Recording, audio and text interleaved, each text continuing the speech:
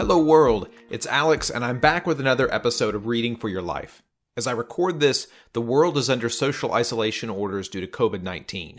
There's a lot of uncertainty out there, but I want to urge everyone to take the warning seriously and stay at home as much as possible. It's a great time to catch up on your reading and you'll be keeping yourselves and a lot of other people safe. This month, I want to share a book by Atul Gawande called Being Mortal. Atul Gawande is a doctor, author, and public health advocate. Now settle in because it's going to take a minute to go through all his accolades.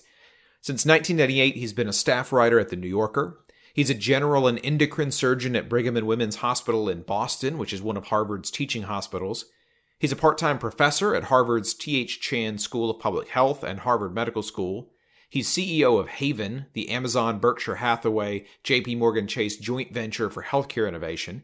He's the founder and chairman of Adrian Labs, a joint venture between Brigham and Women's Hospital and Harvard Medical School to improve healthcare outcomes by applying testable, scalable solutions to healthcare challenges.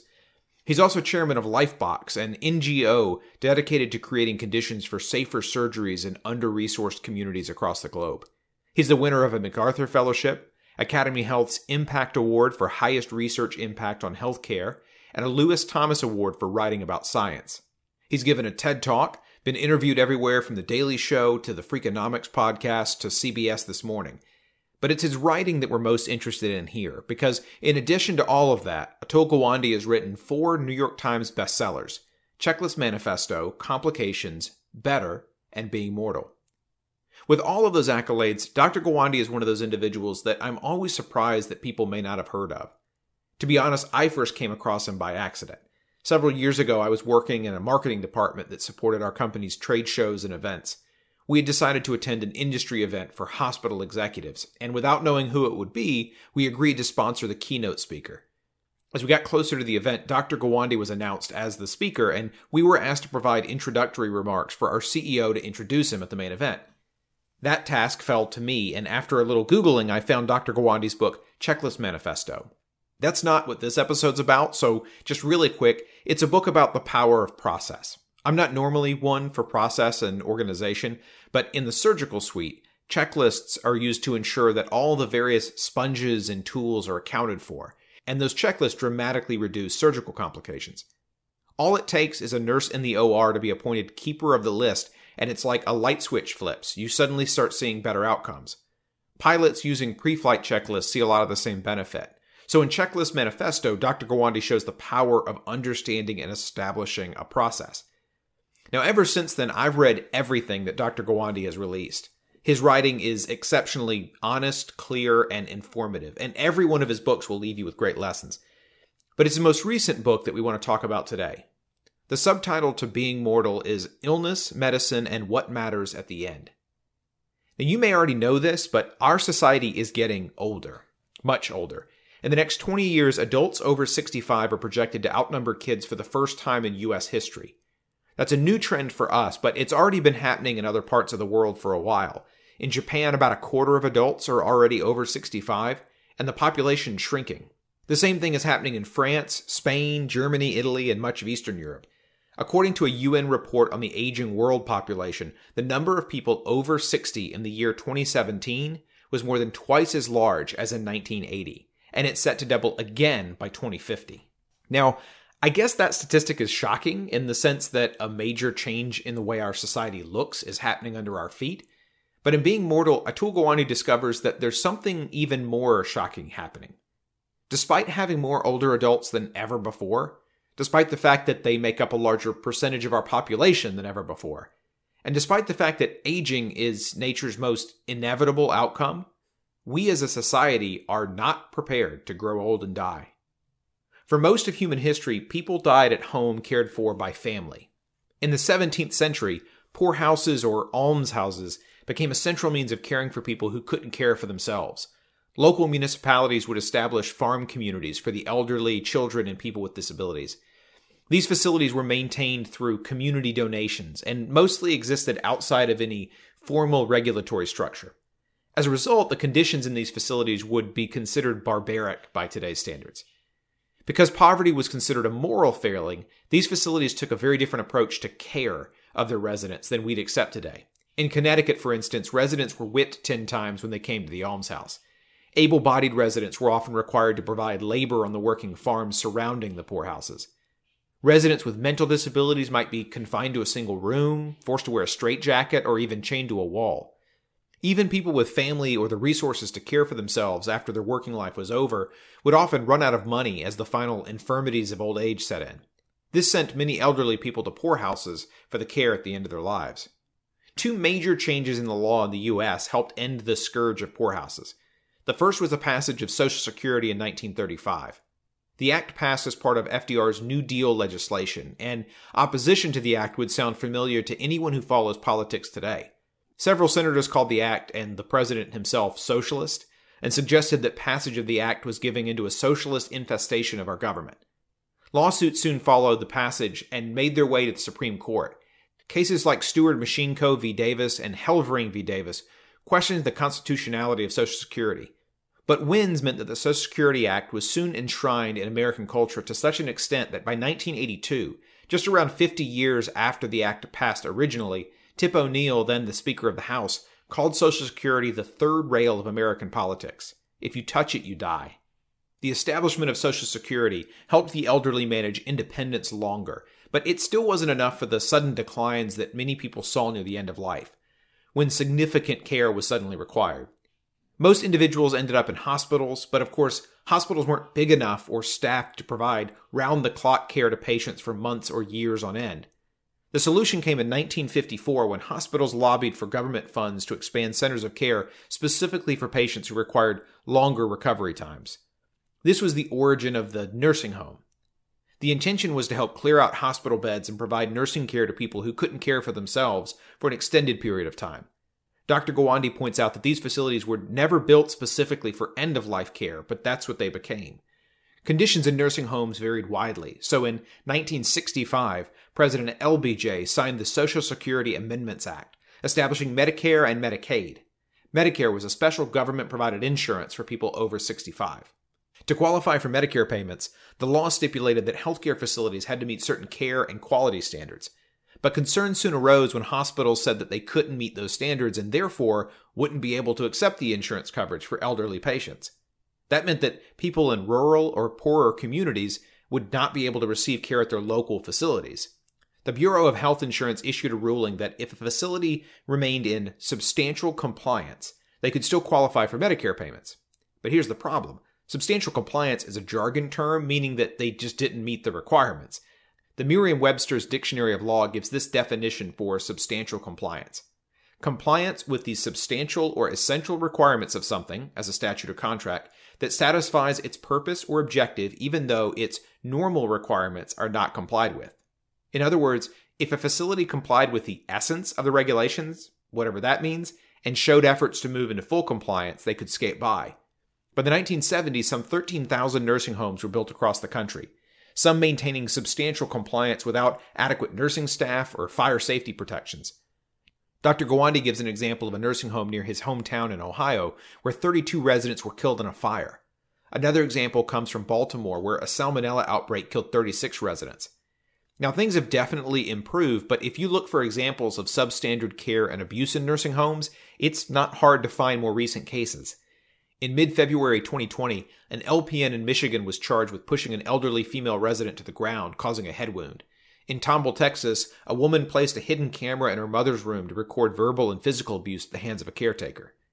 And a 5-month investigation by a nonprofit news organization called Fair Warning revealed startling risks in food safety in nursing homes across the country. In 2019, around a third of nursing homes were cited for violating food safety requirements. In a 10-year period, 230 outbreaks of foodborne illnesses occurred in long-term care facilities, causing over 7,000 individuals to become sick, resulting in 500 hospitalizations and more than 50 deaths. And according to data from the Center for Medicare and Medicaid Studies, food safety was only the third most cited type of violation for nursing homes, coming behind infection control issues and patient accidents. Dr. Gawande makes an observation that startled me when I first read it.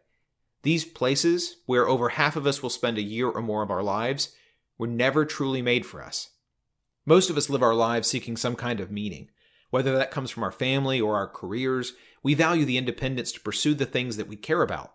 But when we age, we come to a phase where our independence begins to become more limited. Whether that's from being sick or simply the limitations of aging, physical and mental, we slowly come to require more support. But our desire for meaning doesn't disappear. We don't suddenly lose our curiosity or need for social interaction.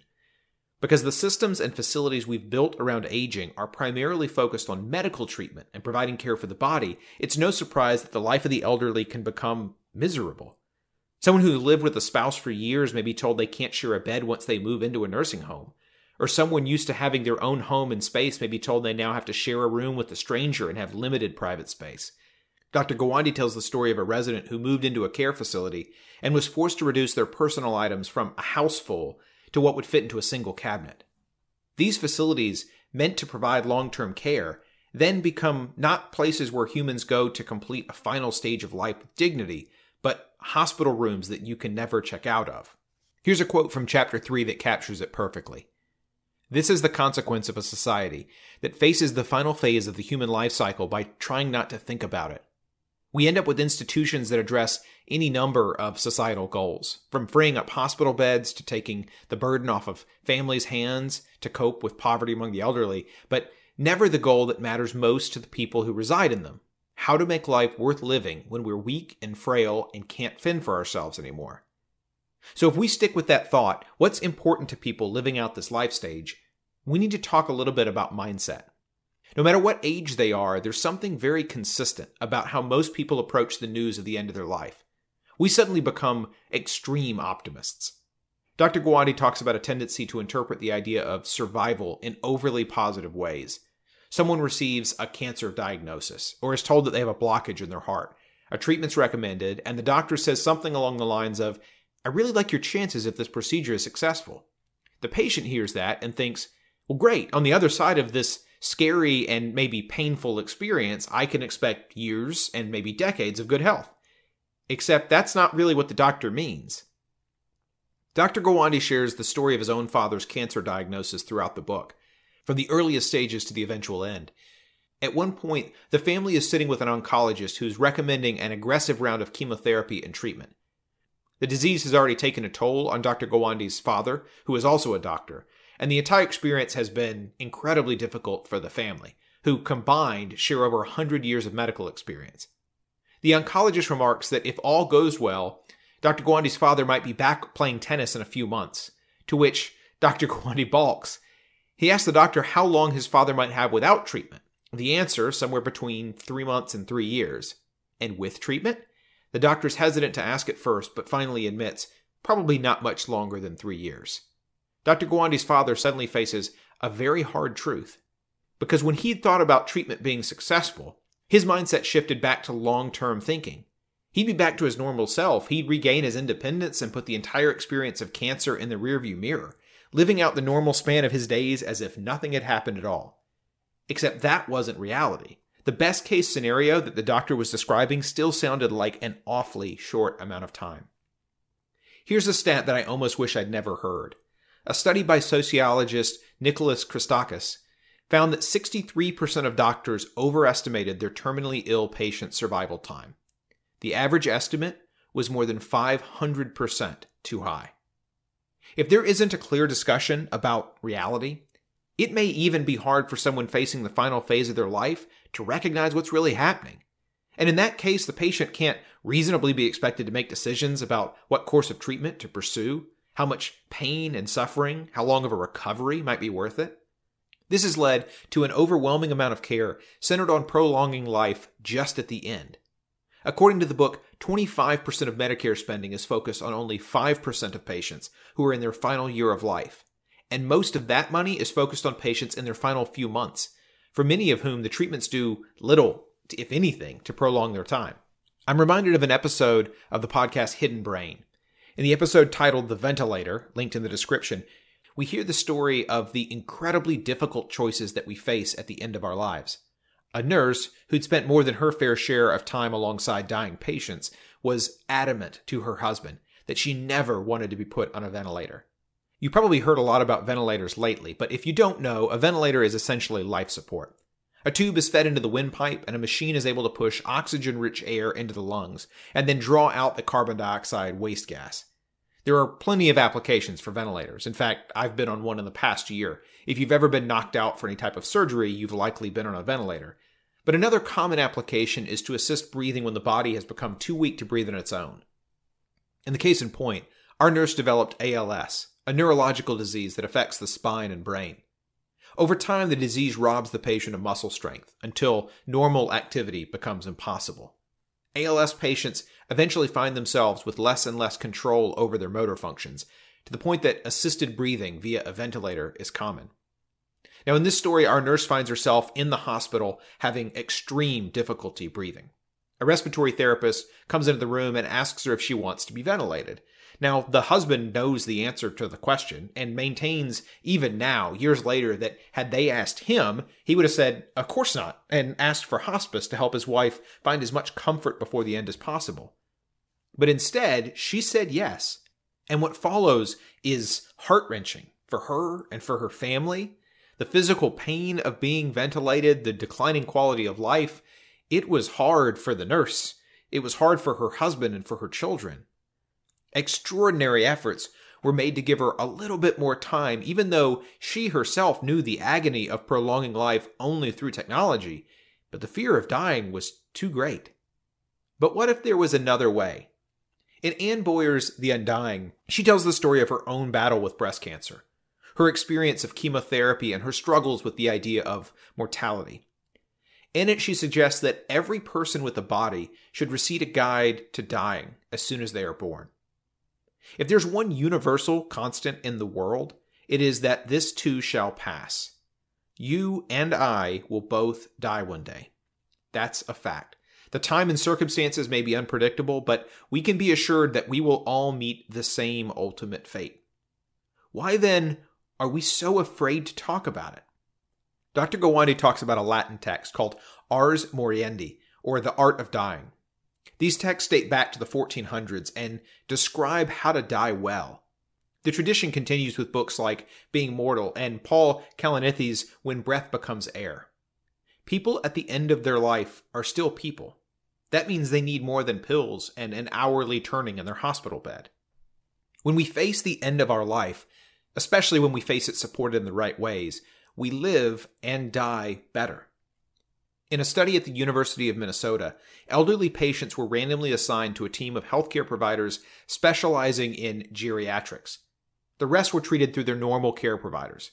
Within a year and a half, both groups experienced the same 10% mortality rate, but those who'd worked with the geriatric specialists were a quarter less likely to become disabled, half as likely to develop depression, and were 40% less likely to require home health services. Multiple studies have concluded that terminally ill patients who received access to specialists in palliative care, a branch of medicine focused on managing pain and the conditions of long-term illness, experienced higher quality of life near the end. In a study conducted at Massachusetts General Hospital, terminally ill cancer patients with access to palliative care support stopped chemotherapy earlier, entered hospice sooner, and lived 25% longer. It may be no surprise that patients who focused on the quality of life near the end experienced higher quality of life, but they also lived longer than patients who pursued more aggressive treatments to stay alive. In Medicare studies, patients who enter hospice sooner, meaning that they have structured palliative care support at the end of their life, actually live longer. Hospice is sometimes described as giving up or admitting defeat, but in fact, patients in hospice experience the same average mortality as patients who don't use the service. And in some cases, like lung cancer or congestive heart failure patients, hospice users gain weeks or even months of time on average. What that means is that there are ways to live slightly longer, but much more importantly, live much, much better at the end of our life. One important step is to be prepared for difficult questions that you'll face. To illustrate the power of the right conversations at the right time, the book gives the example of La Crosse, Wisconsin. Despite average levels of obesity and smoking, patients in La Crosse live about a year longer on average and spend about half as much time in the hospital. An ICU doctor at the hospital points to a very specific set of questions that make all the difference. In 1991, the local medical community began asking anyone admitted to a hospital, nursing home, or long-term care center 4 questions as part of their standard intake. Number 1, do you want to be resuscitated if your heart stops? 2, do you want aggressive treatment such as intubation and mechanical ventilation? 3, do you want antibiotics? Number 4, do you want a tube or intravenous feeding if you can't eat on your own? At the beginning, only about 15% of patients had answered those questions for their doctors, but within 5 years, more than 80% had. The answers themselves were useful to doctors in worst-case scenarios, but the act of answering those questions ensured that patients and spouses and other family members had to have difficult conversations about end-of-life care, which reduced the demand for extraordinary interventions at the end. Dr. Gawande says that there are 2 kinds of courage required to confront aging and death. The first is the courage to confront the reality of mortality, and the second is the courage to act on the truth that we find. Patients and healthcare providers must have honest conversations, and we each have to have honest conversations with our families, because that alignment can make all the difference when the hard decisions have to be made. The second important step is to remember our well-being as we age. Dr. Gawande concludes that medicine is about more than health and survival. It's also about the life that the patient will live outside of the examination room. Our lifespans are wildly variable. According to James Valpel, a longevity researcher at the Max Planck Institute, only about 3% of how long you'll live is based on your parents' lifespan, versus a 90% correlation for your and your parents' heights. Among identical twins, the average age gap at death is more than 15 years, so it's not DNA.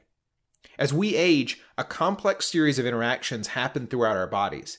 The actual pigment cells in our scalps don't last that long, and stem cells below the surface of the skin can move in and help keep up the job, until those too are depleted. So by the age of 50, about 50% of us will have mostly gray hair. A waste removal process in our skin causes accumulations that appear as age spots and block up sweat glands. With less ability to sweat and cool our bodies, we're more susceptible to overheating as we age. The lenses of our eyes lose elasticity and cloud over, resulting in a statistic that shocked me. The retina of a healthy 20-year-old receives more than 60% more light than the retina of a 60-year-old. Our sense of balance can decline, and changes in musculature and bone density mean that falls become more common and much more devastating. Even our brains change. The average 30-year-old's brain weighs about 3 pounds and fits snugly into their skull. By the time you're 70, there's about an inch of spare room, which means both a loss in real gray matter and a much higher likelihood of brain trauma. If your brain has room to move around, there is a much greater risk of bleeding and bruising. Processing speed and memory degrade, and by the time that we're 80, around 40% of us can be diagnosed with dementia.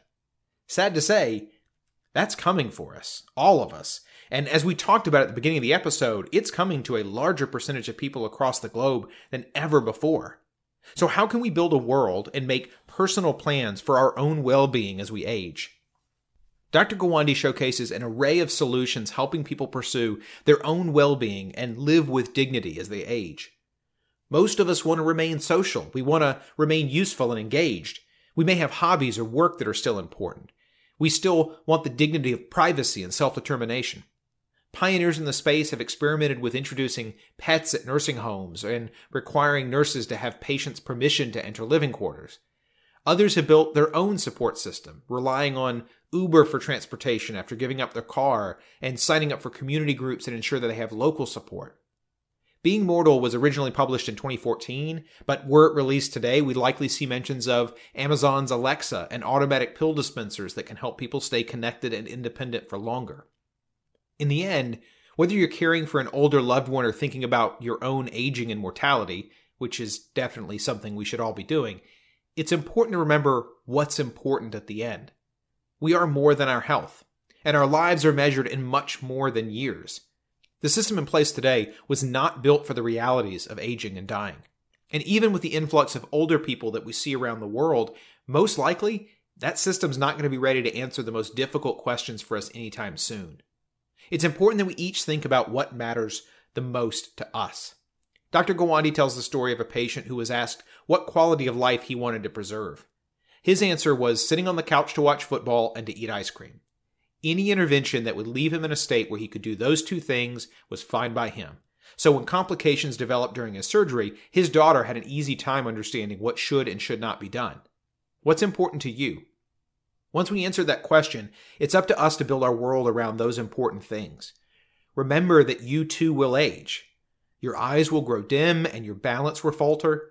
Every second of every day, our bodies move through the world rebuilding themselves cell by cell until eventually they just can't. Save for retirement, go to the doctor, watch your weight, think about your diet. Those questions become more and more important as we age, and being ready to face the inevitable can help us plan ahead and adjust when the time is right.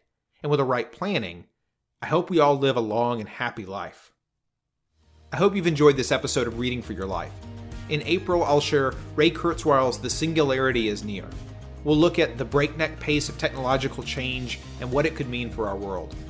If you liked this episode, please subscribe to the podcast or drop me a line on social media at Alex P. Acton on Instagram and Twitter. Tell me your thoughts, what you've decided is most important in your life, or recommend a book that's taught you something important. You can also keep up with future shows at Modern Polymaths on Twitter and Modern Polymaths Media on Facebook. Until next time, thanks for listening. Keep reading, and I wish you the best life imaginable.